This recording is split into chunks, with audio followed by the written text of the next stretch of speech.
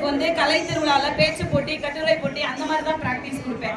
எனக்கே இது ஒரு புது அனுபவம். இப்ப சிஎம் டிராஃபிக்லயே நாங்க கலந்துருக்கோம். இது ஃபர்ஸ்ட் டைம் கலந்துருக்கோம். நம்மளுடைய விளையாட்டுத்துறை அமைச்சர் அவர்களுக்கு சத்தமா எல்லாரும் ஒரு கைத்தட்டல் பண்ணுங்க.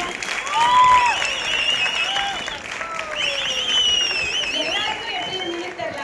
வேப்பந்தட்டை ஒன்றிய அளவுலலாம் நான் ரொம்ப கஷ்டப்பட்டேன்ப்பா. கயிறுக்கெல்லாம் என்ன 3 தடவை விட்டு அன்னைக்கு மழைலாம் பெய்ஞ்சிச்சு, மண்ணுலலாம் சறுக்கி விளையாண்டு ரொம்ப எஃபர்ட்டா இருந்தது. ஒன்றிய அளவுலயும் அவ்வளோ அற்புதமா நடந்தது.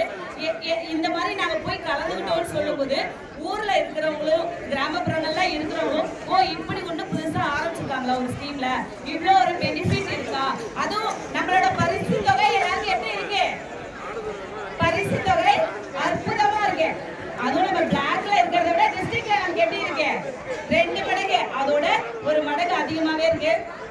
இன்னும் நிறைய பேசணும்னா நம்ம பேசிக்கிட்டே போலாம். அதே போல கோலப்போட்டி ரொம்ப அருமையா நடந்துச்சு. கோலப்போட்டியில செந்தமிழ் அழகா நம்மளோட மொழியை பத்தி கொடுத்திருந்தாங்க. எனக்கு ரொம்ப பிடிச்சிருந்தது. ஏன்னா சிறந்த மொழிகளிலே பிறந்த மொழி தான் நம் தாய்மொழி தமிழ் மொழி. அந்த தமிழ் மொழியை வாழ வைத்து இருக்கக்கூடிய நம்மளுடைய தமிழக அரசுக்கு மிக்க நன்றி. இந்த திட்டம் இன்னும் தொடரணும்.